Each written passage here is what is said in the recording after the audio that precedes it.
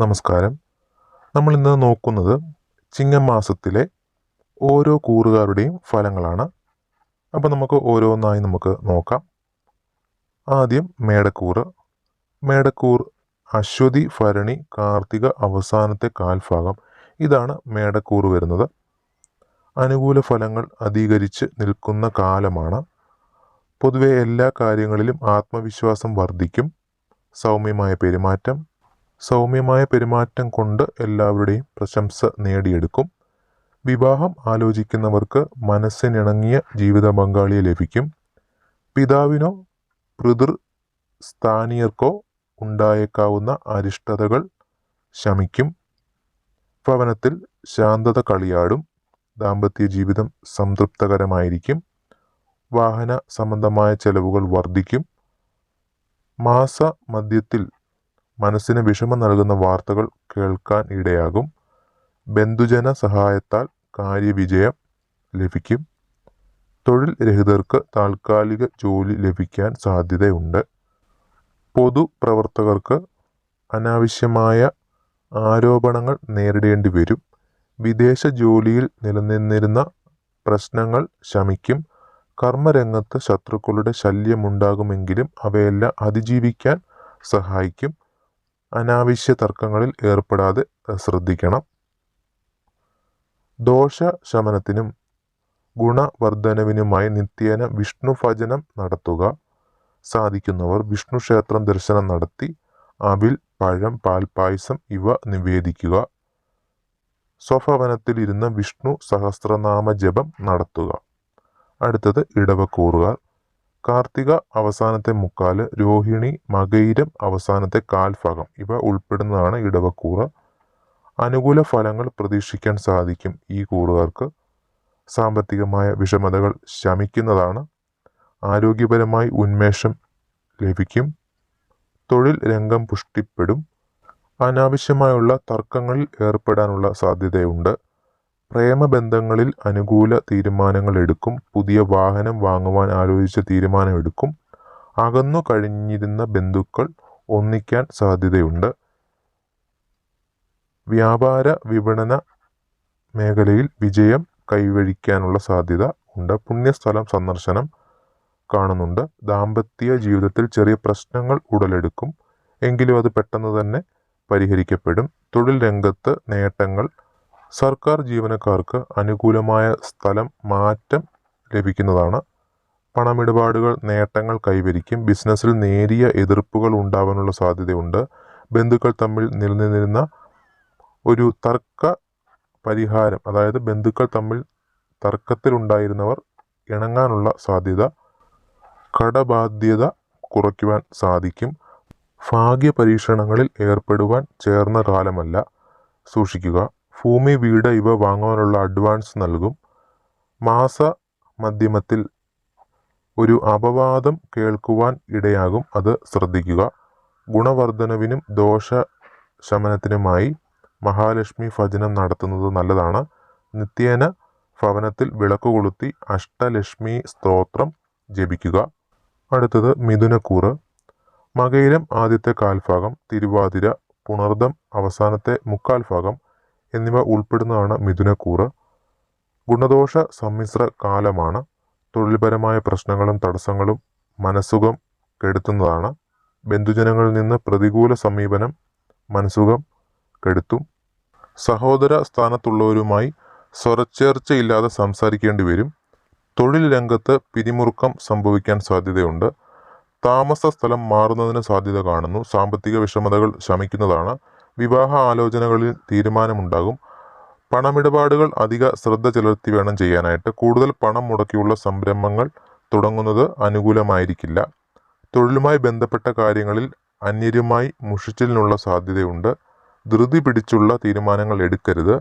ഗുണവർദ്ധനവിനും ദോഷശമനത്തിനുമായി പരമശിവ ഭജനം, ഹനുമാൻ സ്വാമിക്ക് വെണ്ണ നിവേദ്യം നടത്തുന്നതും നല്ലതാണ്.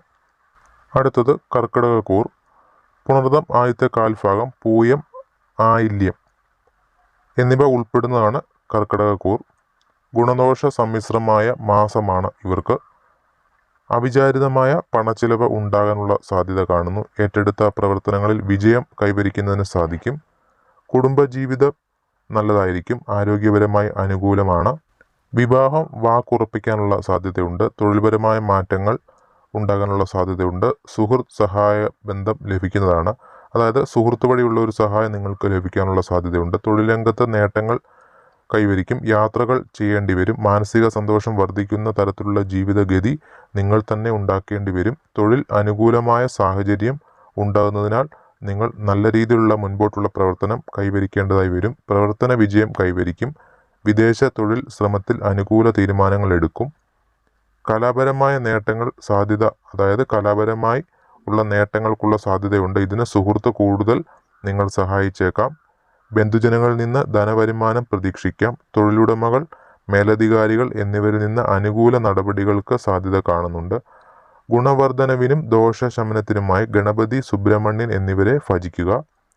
മാസത്തിലെ ചൊവ്വാഴ്ചകളിൽ വ്രതം അനുഷ്ഠിച്ച് സുബ്രഹ്മണ്യ ഭജനം നടത്തുന്നത് നല്ലതായിരിക്കും. അടുത്തത് ചിങ്ങക്കൂറ്. മകം, പൂരം, ഉത്രത്തിൻ്റെ അവസാനത്തെ കാൽഭാഗം ഇവ ഉൾപ്പെടുന്നതാണ് ചിങ്ങക്കൂറ്. ധനപരമായി അനുകൂല സമയമല്ല. കർമ്മരംഗത്ത് ഉന്നതി ഉണ്ടാകുമെങ്കിലും സാമ്പത്തിക സ്ഥിതി അനുകൂലമായിരിക്കില്ല. സൗഹൃദങ്ങളിൽ ഉലച്ചിൽ. പൊതുപ്രവർത്തനങ്ങളിൽ പ്രശസ്തി വർദ്ധിക്കും. പ്രവർത്തനങ്ങളിൽ അലസത തരണം ചെയ്ത് മുന്നേറാൻ സാധിക്കും. ദാമ്പത്യ ജീവിതത്തിൽ നിലനിന്നിരുന്ന വിഷമതകൾ ശമിക്കും. സന്താന ഗുണമനുഭവിക്കും. കുടുംബ സൗഖ്യവർധന. ബിസിനസ്സിൽ പുരോഗതി. സാമ്പത്തികമായി സംതൃപ്തി. മംഗളകർമ്മങ്ങളിൽ നിങ്ങൾക്ക് പങ്കെടുക്കാൻ സാധിക്കും. താൽക്കാലിക ജോലികൾ സ്ഥിരപ്പെടും. തൊഴിൽപരമായ യാത്രകൾ, ഏറ്റെടുത്ത പ്രവർത്തനങ്ങൾ വിജയം കൈവരിക്കും. കുടുംബ സൗഖ്യം. പരീക്ഷാ വിജയം. മാസത്തിൻ്റെ പകുതി പിന്നിടുമ്പോൾ വാതജന്യ രോഗം ഉണ്ടാകാനുള്ള സാധ്യതയുണ്ട്. ആരോഗ്യകാര്യത്തിൽ പ്രത്യേകം ശ്രദ്ധ വേണം. കൂടാതെ അർഹിക്കുന്നവർക്ക് അന്നം, വസ്ത്രം ഇവ ദാനം ചെയ്യുന്നതും നല്ലതായിരിക്കും. അടുത്തത് കന്നിക്കൂർ. ഉത്രത്തിൻ്റെ മുക്കാല്, അത്തം, ചിത്തിര കാൽഭാഗം ഇതാണ് കന്നിക്കൂർ. പണമിടപാടുകൾ, അബദ്ധങ്ങൾ എന്നിവ സംഭവിക്കാൻ സാധ്യതയുണ്ട്. അതായത് പണമിടപാടുകളിൽ ചില അബദ്ധങ്ങൾ വന്നു ചേരാനുള്ള സാധ്യത കാണുന്നുണ്ട്. പിതാവിനോ കുടുംബത്തിലെ മുതിർന്ന അംഗത്തിനോ ആരോഗ്യ വിഷമതകൾ വന്നു ചേരാം. കരുതി വെച്ച പണം മറ്റാവശ്യങ്ങൾക്കായി ചെലവഴിക്കും. മാനസിക പിരിമുറുക്കം വർദ്ധിക്കും. ദാമ്പത്യ ജീവിതത്തിൽ ചെറിയ പിണക്കങ്ങൾ ഉടലെടുക്കും. വരവിനൊപ്പം തന്നെ ആയിരിക്കും ചെലവും. സന്താന ഗുണം വർദ്ധിക്കും. ഔദ്യോഗിക രംഗത്ത് നേട്ടമുണ്ടാകും. ജോലിയിൽ ഉത്തരവാദിത്തം വർദ്ധിക്കും. തികച്ചും അവിചാരിതമായി കുടുംബത്തിൽ അസ്വസ്ഥത ഉടലെടുക്കാനുള്ള സാധ്യതയുണ്ട്. ശാരീരികമായി അരിഷ്ടതകൾ നേരിടും. ബിസിനസ്സുകളിൽ നിന്ന് മികച്ച നേട്ടം. കലാരംഗത്ത് മികച്ച നേട്ടം. ബന്ധുജനങ്ങളുമായി കൂടുതൽ അടുത്തു കഴിയാനുള്ള സാധ്യത. ആത്മീയ കാര്യങ്ങളിൽ ശ്രദ്ധ വർദ്ധിക്കും. പൊതുപ്രവർത്തനങ്ങളിൽ അംഗീകാരം ലഭിക്കും. ഭവനം, വാഹനം എന്നിവയ്ക്കായി പണച്ചെലവ് ഉണ്ടാകും. ദാമ്പത്യ ജീവിതത്തിൽ നിലനിന്നിരുന്ന അസ്വസ്ഥതകൾ മാറിക്കിട്ടും. ദോഷശമനത്തിനും ഗുണവർദ്ധനവിനുമായി ദേവി ഭജനം നടത്തുക. തിങ്കളാഴ്ചകളിൽ ദേവി ക്ഷേത്ര ദർശനം നടത്തി മാല, വിളക്ക് എന്നിവ നൽകുക. അടുത്തത് തുലാക്കൂർ. ചിത്തിര ആദ്യത്തെ കാൽഭാഗം, ചോതി, വിശാഖം അവസാനത്തെ മുക്കാൽ ഭാഗം ഇവ ഉൾപ്പെടുന്നതാണ് തുലാക്കൂർ. പ്രധാന തൊഴിലിൽ നിന്ന് ധനവരുമാനം പ്രതീക്ഷിക്കാം. അതായത് നിങ്ങൾക്ക് സ്ഥിരമായ ഒരു തൊഴിലുണ്ടാകും. ആ തൊഴിലിൽ നിന്ന് ധനവരുമാനം കൂടുതൽ പ്രതീക്ഷിക്കാം. തൊഴിൽപരമായി അലച്ചിലുണ്ടാകും. വിശ്രമം കുറയും. അതായത് വിശ്രമമില്ലാതെ പണിയെടുക്കേണ്ടി വരും. മനോവിഷമം ഉണ്ടാകുന്ന വാർത്തകൾ കേൾക്കും. വീട്ടിലെ വളർത്തുമൃഗങ്ങൾക്ക് അരിഷ്ടത ഉണ്ടാകാം. സാമ്പത്തിക വിഷമതകൾ ശമിക്കും. പുണ്യസ്ഥലങ്ങൾ സന്ദർശിക്കാൻ ഇടയാകാം. സന്താനങ്ങൾക്കായി പണം ചെലവഴിക്കാൻ സാധ്യതയുണ്ട്. മാതൃഗുണം ലഭിക്കും. ജീവിത പങ്കാളി വഴി കൂടുതൽ നേട്ടത്തിന് സാധ്യത. അന്യരെ വാക്കുകൊണ്ട് വേദനിപ്പിക്കാനുള്ള സാധ്യത. അവിചാരിത കാരണങ്ങളാൽ നിരാശ അധികരിച്ച് നിലനിൽക്കാനുള്ള സാധ്യത കാണുന്നുണ്ട്. ഉദ്ദേശ്യ കാര്യങ്ങൾ സാധിക്കാതെ നിങ്ങൾ അലഞ്ഞു തിരിഞ്ഞ് നടക്കേണ്ട ഒരു അവസ്ഥ വന്നു ചേരും. ആരോഗ്യസ്ഥിതി മോശമായിരിക്കും. മൂത്രാശയ രോഗങ്ങൾ പിടിപെട്ടേക്കാം. ദോഷശമനത്തിനും ഗുണവർദ്ധനവിനുമായി ശ്രീകൃഷ്ണ ഭജനം നടത്തുന്നത് നല്ലതായിരിക്കും. ബുധനാഴ്ചകളിൽ ശ്രീകൃഷ്ണ ക്ഷേത്ര ദർശനം നടത്തി വെണ്ണ, കദളിപ്പഴം ഇവ നിവേദിക്കുക. നിത്യേന ഭവനത്തിൽ ശ്രീകൃഷ്ണ ഭജനം നടത്തുന്നത് നല്ലതായിരിക്കും.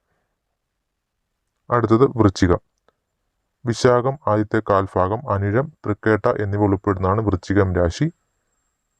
സാമ്പത്തിക വിഷമതകൾ നേരിടുമെങ്കിലും ബന്ധുക്കളുടെ സഹായത്താൽ അവ തരണം ചെയ്യും. തൊഴിൽ അന്വേഷിക്കുന്നവർക്ക് ജോലി ലഭിക്കും. ആയുധം, അഗ്നി ഇവയാൽ പരിക്കേൽക്കാൻ സാധ്യതയുണ്ട്.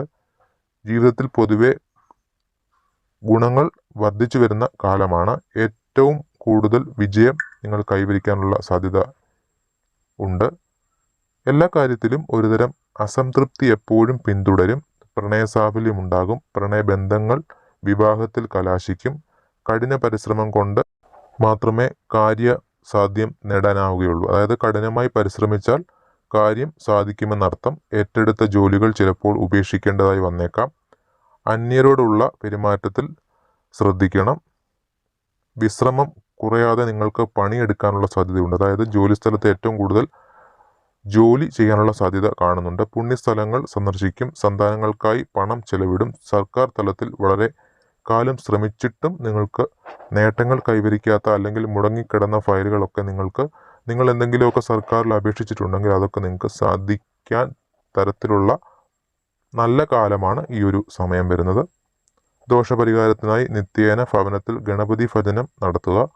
മാസത്തിൽ ഒരു തവണ ക്ഷേത്രത്തിൽ ഗണപതി ഹോമം നടത്തുന്നത് നല്ലതായിരിക്കും. അടുത്തത് ധനുക്കൂർ.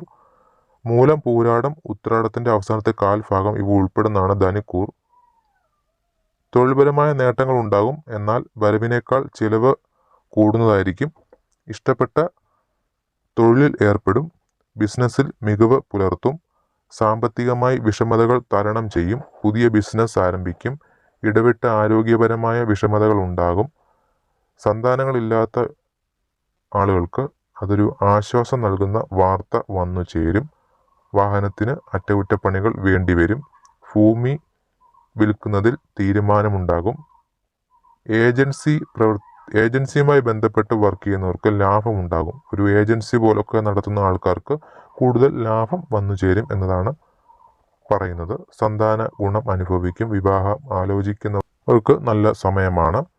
ദോഷപരിഹാരത്തിനായി ശിവക്ഷേത്ര ദർശനം നടത്തി മൃത്യുഞ്ജയ പുഷ്പാഞ്ജലി നടത്തുക. അടുത്തത് മകരക്കൂർ.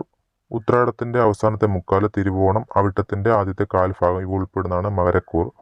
മനസ്സിന് സന്തോഷം നൽകുന്ന വാർത്തകൾ കേൾക്കും. സന്താനങ്ങളെ കൊണ്ട് നേട്ടം. അനാവശ്യ ചിന്തകളും മനസ്സിൽ നിന്ന് വിട്ടൊഴിയുന്നതാണ്. പ്രവർത്തനപരമായ ബുദ്ധിമുട്ടുകളിൽ നിന്ന് മോചനം. മാതാവിൽ നിന്ന് ഗുണങ്ങൾ അനുഭവിക്കും. യാത്രകൾ ചെയ്യേണ്ടി വരും. ഭക്ഷണം സുഖം കുറയും. അതായത് നമ്മൾ ഭക്ഷണം കഴിക്കുമ്പോൾ ഒരു തൃപ്തി വരില്ല എന്നർത്ഥം. പല്ലുകൾക്ക് അല്ലെങ്കിൽ പല്ല് സംബന്ധമായ രോഗങ്ങൾക്ക് സാധ്യത. ഉന്നത വിദ്യാഭ്യാസ ആവശ്യത്തിനായി യാത്രകൾ ചെയ്യേണ്ടി വരും.